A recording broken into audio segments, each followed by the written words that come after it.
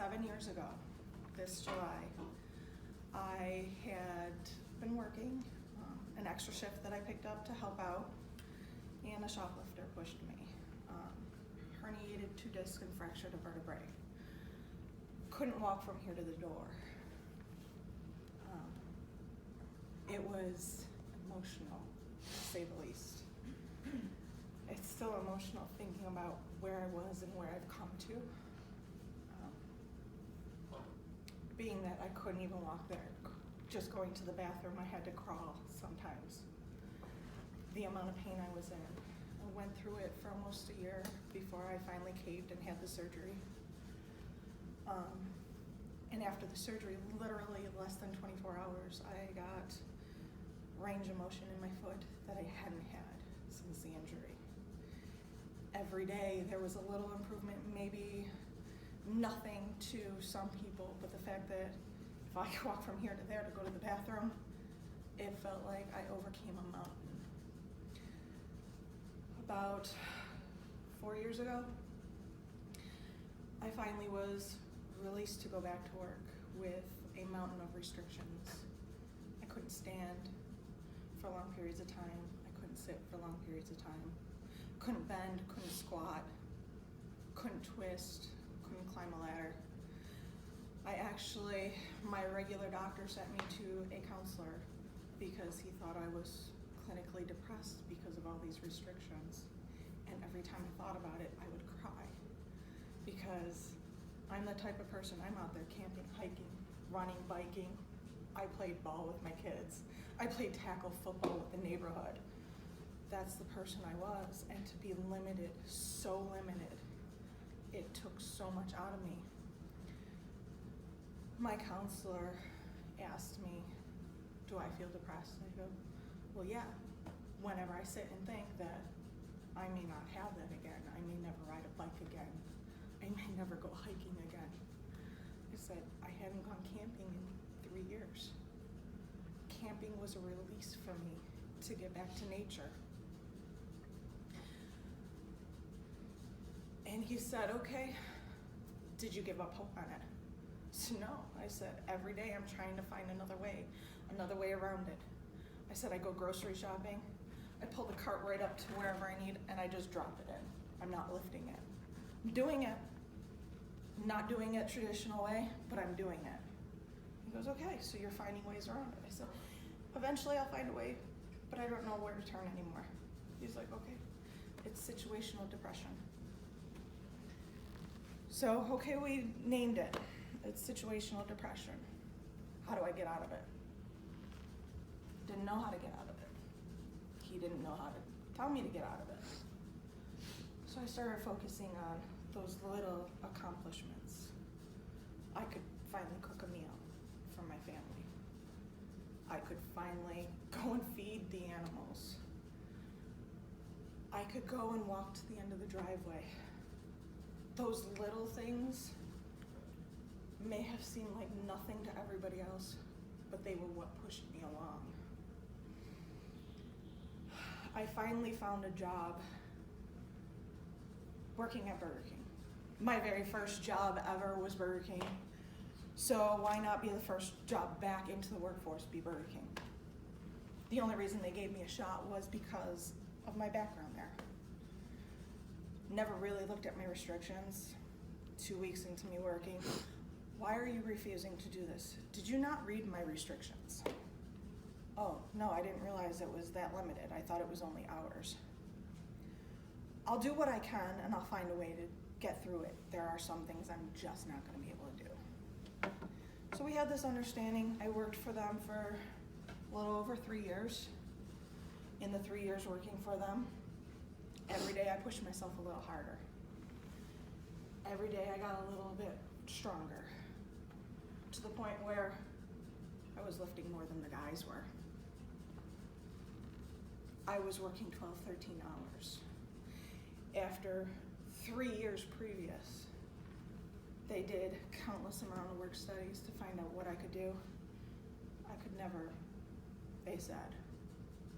Now, they said I could never lift more than 10 to 15 pounds. I could never work more than 20 to 24 hours a week. That following summer, I worked 40 hours at my regular job and 25 hours coaching softball. Tell me I can't do it, and I'll prove you I can.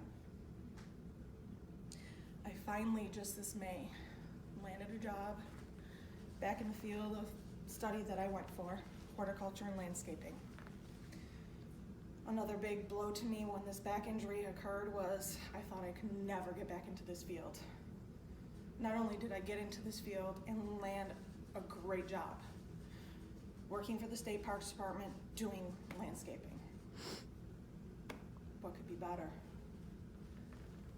1 month to the day that I started, I severely sprained my ankle, tore 2 ligaments and 2 tendons. I'm like, are you kidding me? I'm gonna be out for at least 6 months. This is a temporary job right now. I had to make the entire season for them to bring me back and make me permanent. Are you kidding me? My dream just ripped out from my hands again. For 3 weeks, I asked why. I kept asking God, why would you do this to me? Give it to me to take it away. And I got my answer, because 3 weeks from then, I had to go to the ER for extreme abdominal pain to find a mass in my abdomen. Had I been working, I would have pushed through all that pain just to continue. If they didn't find it when they found it, I might not be standing here. It took 2.5 weeks in which to do the surgery because they wanted Roswell to take it. I was deteriorating so quickly. I couldn't even stand again. I was so weak, so drained. I didn't know whether I could make it. After the surgery, which was a drain on me and my family because the surgery just so happened to take place on the anniversary of my brother's death. So we were all afraid that I wouldn't come through. But deep down inside, I knew my brother was with me to give me that strength to pull through. And I did. All the nurses that had run into me had found one of my family members at one point or another and said, she's the strongest woman I've ever met. She's the bravest woman I've ever met. She's the toughest woman I've ever met. I had the OR nurse actually come and check on me within my first 24 hours after surgery. And she came up, checked on me, and she was like, you are the toughest person I have ever met in my life. And I turned to her and said, I'm not tough. I'm doing what I have to do because I have people that depend on me. And she goes, that's what makes you tough. And the more I think about it, it's not just my family members, my kids, my husband, my mother, my brother, my sister that's still alive. It's everybody that I've reached out and been able to encounter in my life. Cancer came as a whole nother blow, a whole nother situation I didn't know how to handle. All the questions, all the fears. Chemo, as we know it, drains you completely emotionally, physically, mentally, just going through it. I was scared to death. I didn't know anyone other than my grandfather that lasted 3 months on it before he had an aneurysm and passed. So I had no one to turn to for those questions. As I'm going through physical therapy for my ankle, I come across a little boy who has a scar on his back from what looks like a spinal surgery. It's like, oh, this is something me and him have in common. And I'm watching him, and he's got the foot drop that I have. I'm I'm like, oh, he must have been in a really bad accident. So I was talking with his mother. She goes, no. He had spinal cancer. 18 months that he was in the hospital getting chemo and radiation for. 18 months. When I heard that and I seen the life that was in him, how joyful he was, how free-spirited he was, I said, they're telling me 6 months. If he could do 18 months and still be happy, still enjoy life, I can do 6 months. And I'm not having to stay in a hospital.